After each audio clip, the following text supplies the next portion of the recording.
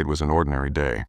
The river flowed gently, carrying with it the laughter of children, the sound of splashing feet, and the songs of women washing clothes by the water's edge. To everyone else, it was just another morning. Nothing remarkable, nothing unusual. But for one young girl, this moment would mark the beginning of a story that no one in her village could ever forget. She had always loved wandering by the riverbank.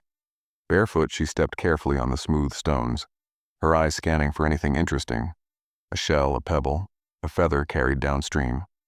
The river was her escape, her small adventure in a life that otherwise felt predictable and ordinary. That day, the sun reflected sharply off something half buried beneath the shallow water. At first, she thought it was just another shiny stone catching the morning light. Curiosity tugged at her heart. She bent down, her fingers brushing against the cold surface, and lifted it from the water. What she held was no stone. In her small, trembling hand lay a golden ring. Its surface glistened with an almost unnatural brightness. The metal was smooth, heavy, and far too fine to belong to anyone in her poor village. And etched on its surface, though faintly, were markings, delicate designs that spoke of wealth, mystery, and power. Her breath caught in her throat. 1,000 thoughts flooded her mind at once. Whose ring was this? How had it ended up in the river? And more importantly, what would happen if anyone else discovered she had it? The villagers were quick to gossip, quick to envy. If she showed it, they might accuse her of stealing. If she hid it, she would always wonder what secret it carried. She turned it over and over in her palm, watching how it shimmered in the sunlight as if the ring itself was whispering a story she could not yet understand. It was just another day by the river, just another walk, just another stone, or so she thought. But this was no stone. It was a golden ring. A ring that would not only change her life but unravel a secret that had been buried for years. She slipped the ring quietly into her pocket, her heart pounding. Little did she know, from that moment forward, her every step was being guided toward a destiny far greater than she imagined. Because the ring did not simply belong to someone. It carried with it a truth powerful enough to shake the entire village. Was this discovery a blessing? Or a curse? Before the golden ring shimmered in her hand, her life had been simple, painfully simple. She was the kind of girl most people in the village noticed only in passing, never long enough to remember. To the shopkeepers, she was the girl who carried a torn basket to the market. To the women at the well, she was the one who waited quietly for her turn, never loud enough to join in their chatter. To the children in the street, she was just her, the girl with patched clothes and bare feet, the one whose laughter was soft, never demanding attention. She lived with her mother in a small, crumbling house at the edge of the village. The roof leaked when it rained, and the walls carried cracks that told of years of struggle. Her father had gone long ago. Some said he left to seek work in another town, others whispered darker stories. But for her, his absence was simply a gap in her life that no amount of wondering could fill. Her mother worked hard, sewing clothes for others, washing, doing any labor the richer families offered. The girl helped where she could, but even then food was scarce, and each day felt like a battle to stretch what little they had. Yet despite the hardships, there was a light in her. She was known for her kindness. If someone dropped their belongings in the marketplace, she would rush to pick them up. If an elderly villager needed water carried to their home, she would volunteer without hesitation. She was gentle, helpful, but also invisible. Kindness, after all, rarely earns recognition when wrapped in poverty. At night, when her chores were done and her mother had fallen asleep, she would sit by the window staring at the stars. Her mind wandered far beyond the boundaries of her tiny world. She dreamed of something more, a life where she could be seen, where her existence was more than just survival. Sometimes she imagined being a teacher, sometimes a traveler who saw lands beyond the mountains, sometimes even someone important enough that people would whisper her name with respect. But every morning reality brought her back to the same cracked walls, the same patch of earth, the same endless cycle of chores. The villagers didn't see her dreams. They only saw her poverty. And so, while she longed for a bigger destiny, she felt trapped, as though her life had been decided before she was even born. That's why the ring felt so out of place. The moment she pulled it from the river, her world tilted. She had spent years surrounded by rags, dust, and survival. Yet here in her hand was wealth, mystery, power, everything she thought only belonged to others, never to her. As she turned it over, studying the strange engravings, she felt two things at once, fear and possibility. Fear because she knew such a thing did not belong in her world. Possibility because maybe, just maybe, this was her chance to escape the life that had caged her. She had lived an invisible life, overlooked, underestimated, forgotten. But the river had placed something in her hand that refused to be invisible. A golden ring does not go unnoticed, and soon, neither would she. The days that followed only sharpened her curiosity. At night she would take the ring out, holding it up to the candlelight, tracing the patterns with her finger. It felt ancient, important, almost alive. It did not belong to her simple, ordinary world, and perhaps that was the very reason fate had placed it in her path. The ring gleamed even in the faintest light. It wasn't the kind of jewelry one would expect to find near a muddy riverbank. Its gold was not ordinary. It shimmered with a warmth that almost seemed alive, as if the river itself had been guarding it. Around the band were tiny markings, carved so carefully they must have taken months, maybe years, to complete. At first, she thought they were scratches from age, the wear and tear of something lost long ago. But when she looked closer, really looked, she realized they weren't random lines. They were symbols. A pattern. Letters, perhaps, but not from any alphabet she knew. And at the very center of the ring's band was something unmistakable. A crest. Two wings spread wide, and between them a sword pointing downward. The carving was delicate yet powerful, as though whoever created it had meant for it to carry meaning far greater than beauty. That night, she showed it to her mother. Her mother's face, weary from years of hardship, tightened when her eyes fell on the ring. For a moment she said nothing, her lips pressed together, her hands trembling slightly. Then she looked away, muttering, "It's just jewelry. Probably dropped by some wealthy traveler. Best you throw it back into the river before trouble finds us." But the girl could not. Something inside her refused to let it go. The following day, whispers began. Somehow word spread faster than she could have imagined. Children in the street teased her. "She thinks she's a princess now." Others mocked her patched dress, laughing that the ring looked too fine for someone like her. Yet not all the whispers were cruel. Some were edged with curiosity. At the marketplace, she overheard two merchants arguing. "Such a piece could only belong to nobility," one said. "Or it's stolen," muttered the other. A woman collecting water at the well leaned closer and whispered, "Careful, girl. Gold like that carries curses. I've heard of rings that destroy families." Rumors took on lives of their own.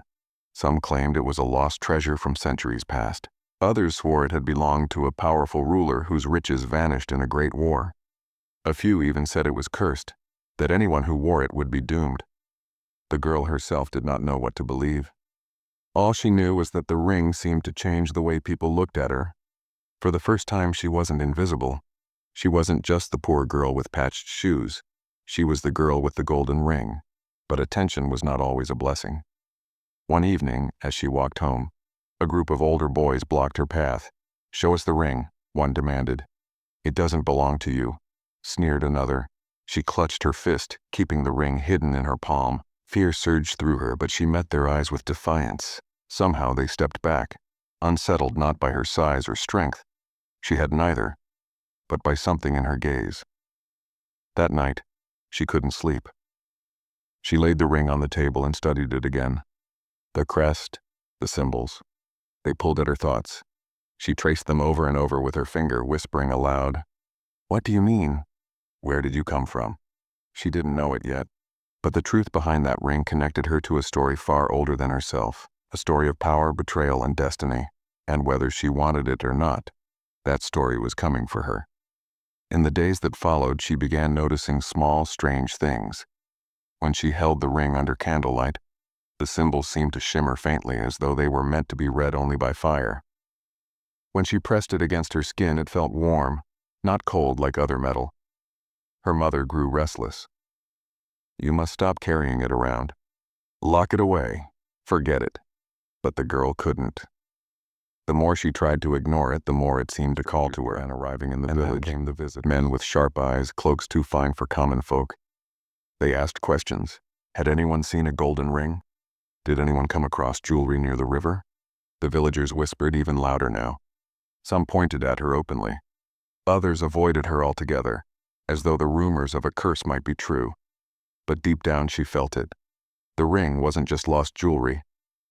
It was a key, a link, proof that her life, which had always seemed so small, was now tied to something much larger than herself. She still didn't know if it was a blessing or the beginning of her greatest danger. The ring no longer felt like just an object. It had become a presence, a constant weight in her pocket, a whisper at the edge of her thoughts. Each day since she pulled it from the river, something new seemed to shift around her, as though the world itself had begun to notice.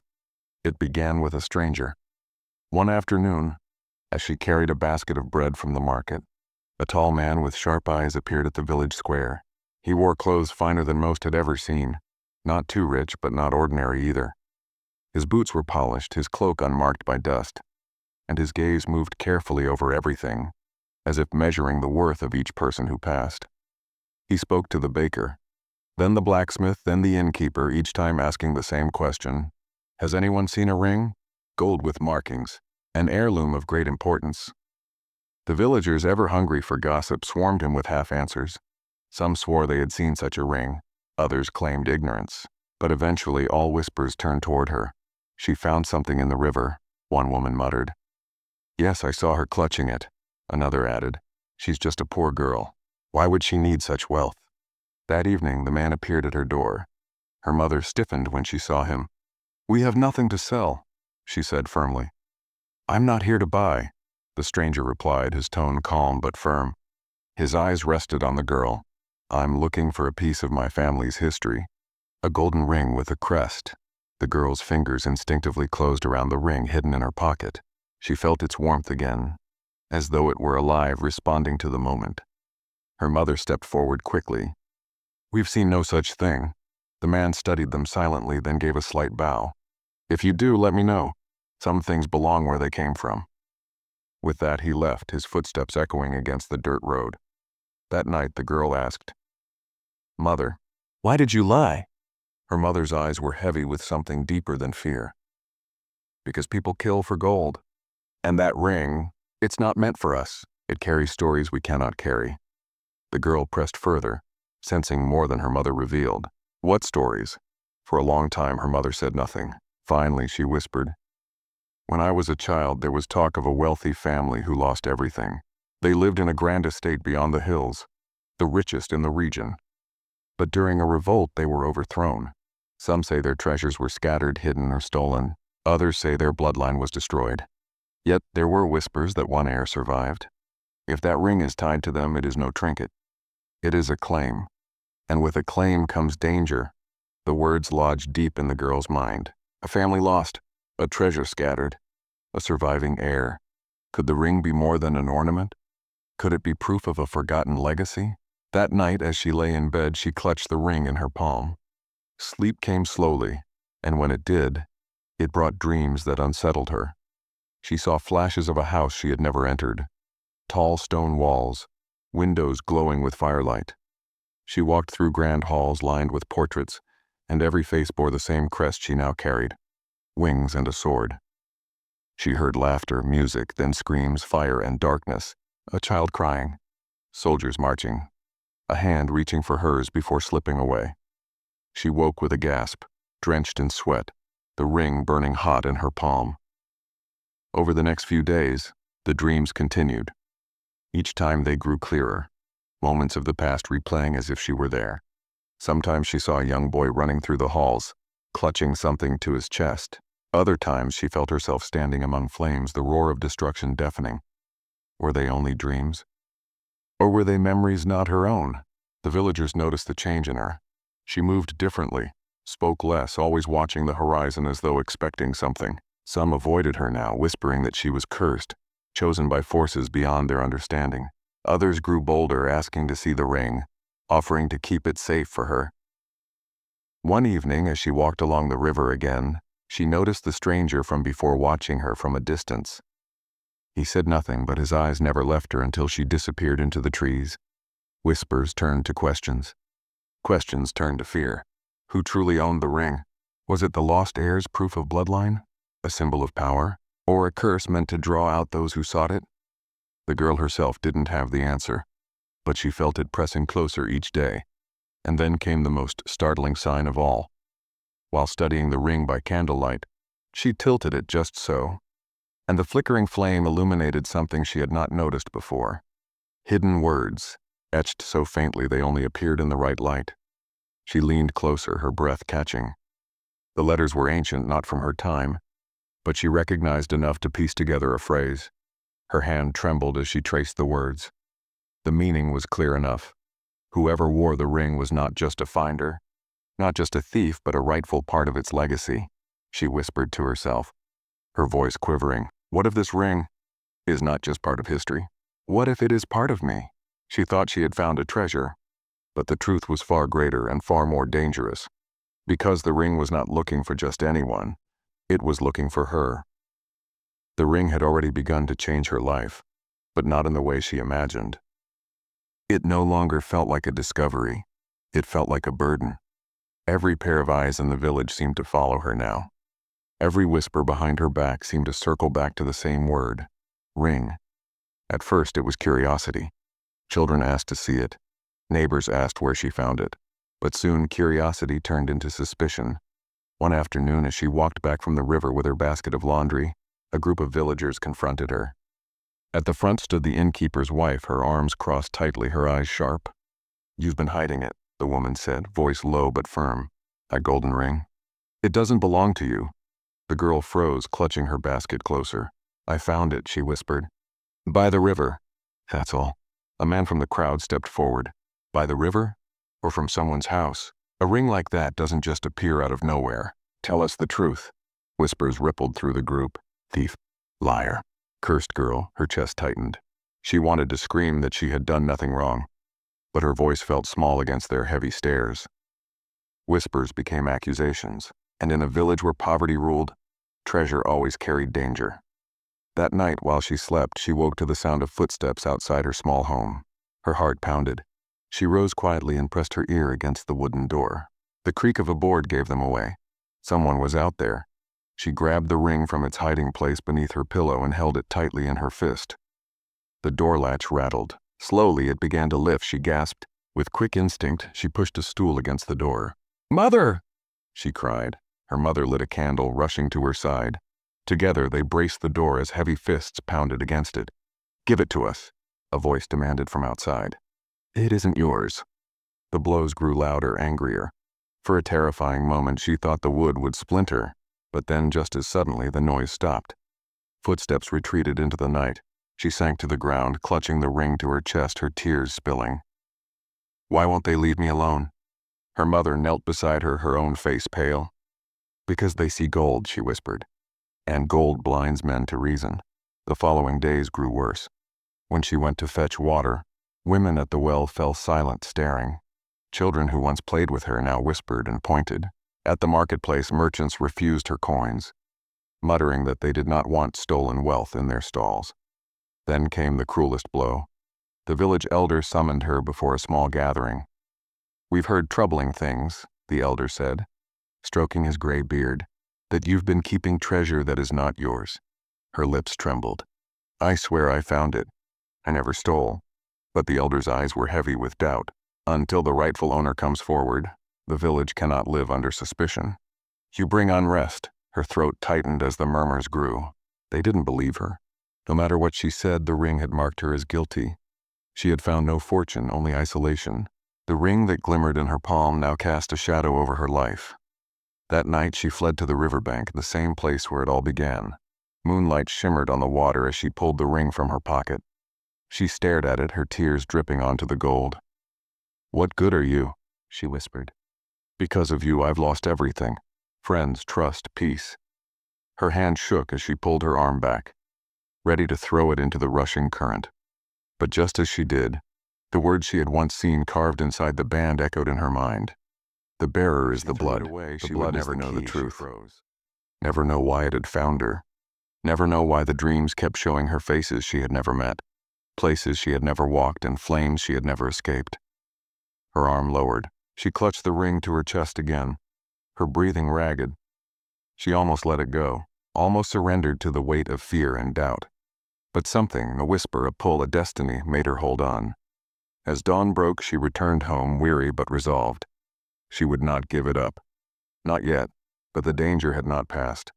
That morning she overheard voices outside her window, the same villagers who had tried to break in. "If she won't give it, we'll take it," one hissed. "She's just a girl," another replied. "She can't protect it forever. And if she's lying, if she truly stole it, then justice will be ours." Her breath caught. They would never stop. As long as the ring was in her possession, she was hunted. And yet deep inside she felt something else stirring. Not just fear, but defiance. If they wanted to brand her a thief, let them. She knew there was more to this than greed. She felt it. She was no longer the same girl who bent at the river to pick up what she thought was a stone. The world had changed around her. Suspicion followed her. Fear hunted her, and yet hope still flickered, stubborn and unbroken. That night, as she lay awake, the wind rattling the windows, she whispered to herself, "I will not throw it away. Not until I know the truth." And though she couldn't see it in the dark, the ring seemed to glow faintly in her palm. A promise, or perhaps a warning. The truth was about to surface. And when it did, it would turn her whole life upside down. The days of suspicion weighed on her like heavy chains. Each morning she rose knowing the village's eyes burned into her back, knowing whispers of thief and liar followed wherever she walked. The ring no longer felt like gold, and it felt like fire searing her hand, daring her to discover its truth. But then, the day came. The day when everything changed. It began with a visitor. A carriage rolled into the village, its wheels crunching on gravel, its horses gleaming like polished obsidian. Out stepped a man dressed in fine clothes, his posture firm, his eyes searching. He was no ordinary traveler. The villagers gathered quickly, murmuring with excitement. Rarely did strangers of wealth come here. The man's gaze swept across the crowd and then landed on her. He froze. His expression shifted from curiosity to something deeper. Recognition. "You," he said softly, stepping closer. "You have it, don't you?" Her heart raced. She hesitated, clutching her pocket where the ring lay hidden. "What do you mean?" she whispered. The man's eyes sharpened. "The ring. The heirloom of the House of Ardent. It was lost long ago, the night the fire consumed everything. I have searched for it for years." Gasps rippled through the villagers. The name was known, a family of wealth and influence wiped out in tragedy decades ago. Her hand trembled as she pulled the ring from her pocket. The golden band gleamed in the sunlight, its crest unmistakable. The man's face paled, his hand pressed against his chest. "By heaven, it's true." The villagers leaned closer, whispering among themselves. "It's real." She wasn't lying. "That's the Ardent crest." But the man wasn't looking at the crowd. His eyes were locked on her, wide with disbelief. "Child," he whispered, "where did you say you found this?" "By the river," she said quietly. "It was just lying there." His jaw clenched. "No, not by chance.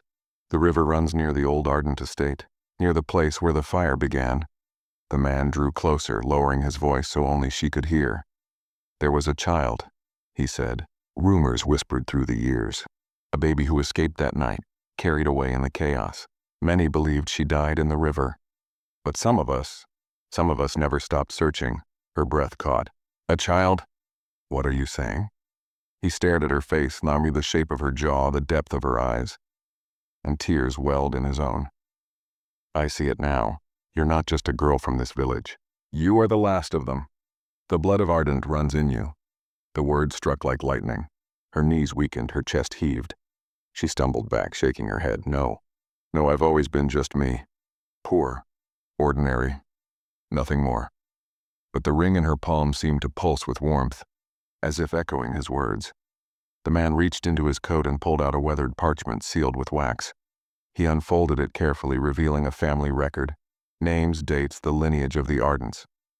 There, at the bottom, was the name of the lost child.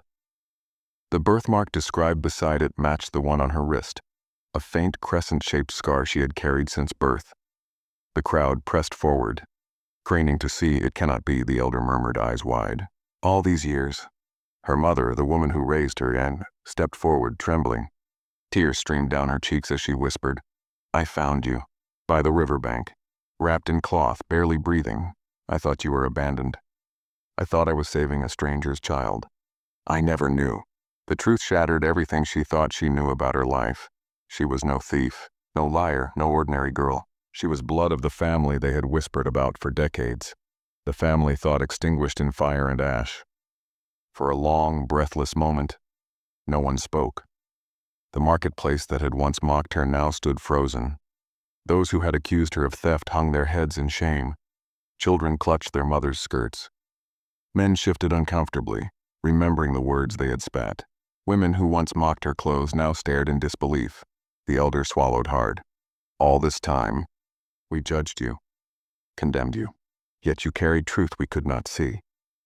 Her hands trembled as she looked down at the ring. The same villagers who called her cursed now bowed their heads, their silence heavier than any insult. She lifted her chin, tears in her eyes, but her voice steady. "You called me names. You pushed me away. You made me believe I was less than you. But the truth was never in the clothes I wore or the food I ate. It was here." She held up the ring. "And here." She pressed her hand to her chest. The villagers lowered their gazes, unable to meet her eyes. In that moment, power shifted. The girl they had scorned stood taller than all of them, cloaked not in gold or jewels but in the undeniable weight of truth. The man who brought the parchment bowed deeply. "You are the last of Ardent, the rightful heir. The world must know you live," her heart pounded. Heir? Wealth? Legacy? She had never dreamed of such things. All she wanted was to be seen, to be respected. And now the truth threatened to change not just her life, but the course of everyone around her. She whispered to herself, "Why me? Why now?" The man smiled softly. "Because destiny waits, and it waited for you." The villagers fell to silence once more. For the first time, no one mocked, no one whispered. They simply stared, humbled and afraid. She stood in the center of it all, clutching the ring, not just an ornament but a key to who she was. The truth had surfaced.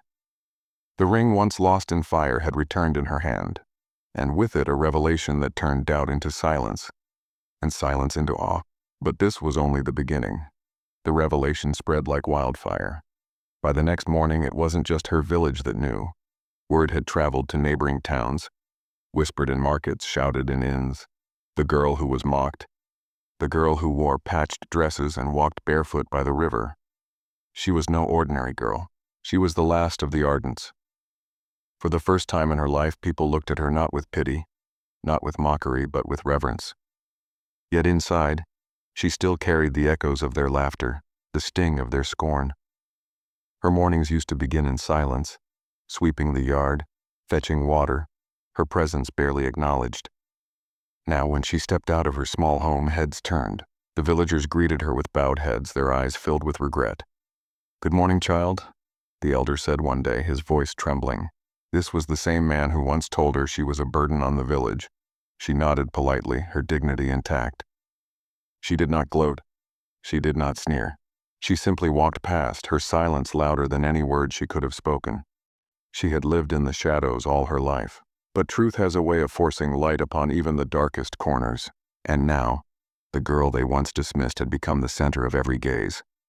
It began with whispers of apology. A woman who once mocked her tattered shoes now came with fresh bread in her hands. "Forgive me, child," she whispered, eyes cast downward. Boys who used to throw stones at her door came with lowered heads, stammering, "We didn't know. We're sorry." And the teachers at the small village school, who once ignored her raised hand, who graded her work with indifference, now spoke of her intelligence with awe. "She was always brilliant," one said. "We were blind not to see it." The shift was almost overwhelming. For years she had begged to be noticed. Now they could not look away. But respect was not the only thing that changed. The man who had brought the parchment, the last loyal steward of the Ardent family, returned with a promise. "You are heir to land, to a name, to opportunities greater than this village can imagine. The world beyond these fields will open to you if you choose to step into it." She listened quietly, her hands folded in her lap. Part of her longed to escape, to see the world that had once felt out of reach. Yet another part of her ached with the memories of her humble life. The riverbanks, the dusty lanes, the faces that had hurt her but also shaped her. She stood at the threshold of two lives, the life she had endured and the life that now beckoned. Poverty no longer chained her. Respect no longer had to be begged for. The choice was hers. The transformation was not only hers, it was theirs too. The villagers, once so quick to mock, now found themselves humbled. Their children were told the story as a warning. Do not laugh at the poor, for you never know who they truly are. Men who once dismissed her father's meager work now offered help, eager to make amends. Women who once rolled their eyes at her mother now brought gifts, hoping to earn forgiveness. The shift was undeniable. But she remembered. She remembered every insult, every stone, every time she was left out of games, every time her answers in school were ignored. Forgiveness was not simple, and yet when the younger children ran to her with wide eyes asking, "Is it true you're a princess?" she knelt down, smiled, and said, "No, I am still me. I just know now that who I am was always enough." But the greatest change was not in how they saw her. It was in how she saw herself. Once, she walked with her head bowed, afraid of notice. Now she carried herself with quiet strength. She no longer questioned whether she belonged. She no longer doubted her worth. She stood tall, her chin lifted, her gaze steady. She was not defined by the golden ring, nor by the parchment that proved her bloodline. She was defined by surviving the years of scorn, by rising in dignity when others tried to crush her spirit. True transformation is not in wealth or status. It is in the fire that refines the soul, in the courage to stand tall when the world bows its head in shame. Soon, she found herself in places she never dreamed of standing. She was invited to speak before the village council, the same council that once ignored her voice. Her words, once mocked, were now heard in silence. She advised on matters of fairness, reminding them gently, respect should not come from wealth, but from humanity. She was asked to attend schools beyond her village, offered education, mentors, opportunities, and wherever she went, she carried the memory of who she had been, so she would never forget what it felt like to be unseen. On one quiet evening, she walked back to the river, where it all began. She knelt by the water's edge, watching the sunlight dance across the surface. She pulled the golden ring from her pocket, holding it in her hand. It gleamed, but no longer as a mystery. It gleamed as a symbol of her journey. I thought this ring gave me worth, but it only revealed what was already inside me. I was never poor in spirit. I was never less than them. The world just needed time to see. She slipped the ring onto her finger, not as a crown, but as a reminder. The girl who once walked barefoot, ignored and mocked, now walked with quiet authority. She was no longer invisible. She was no longer defined by others' scorn. The villagers who once pitied her now respected her. The children who once laughed now admired her. The teachers who once silenced her now praised her. She had entered life as an outcast. She rose as an heir. But her true transformation was never about gold, land, or lineage. It was about dignity, about resilience, about the unshakable truth that worth is not given, it is carried within. And as the villagers watched her walk through the marketplace, their heads bowed in respect. It was clear she no longer lived in their shadow. She had become a light they could not ignore. The river was quiet again. The same river where it had all begun. A girl bending down to pick what she thought was just a shiny stone. But life was no longer the same. She thought she found a simple ring in the river. But what she truly discovered was her own worth, her own story, and a destiny she never imagined. Now, as she stood at the water's edge, she saw her reflection ripple across the surface. Not the reflection of the forgotten girl in patched clothes, but of someone transformed. Someone who carried dignity in her stance and fire in her eyes. The villagers who once mocked her now watched from a respectful distance. They whispered not in scorn but in awe. Children pointed to her and smiled, inspired by the girl who rose from nothing. She smiled softly. Not out of pride, but out of peace. She had no desire for revenge. The truth itself had been enough to humble those who once doubted her. Sometimes the greatest treasures are not gold, nor land, nor jewels. They are truths that awaken us. Truths about who we really are, about the strength we carry, even when the world refuses to see it. The golden ring had not given her worth. It had revealed it. Every insult, every humiliation, every lonely night, they had been shaping her into someone who could wear the truth with grace instead of arrogance. The narrator continues. We think life breaks us with rejection. But sometimes rejection is only the shaping of our character, preparing us for the moment when destiny comes knocking.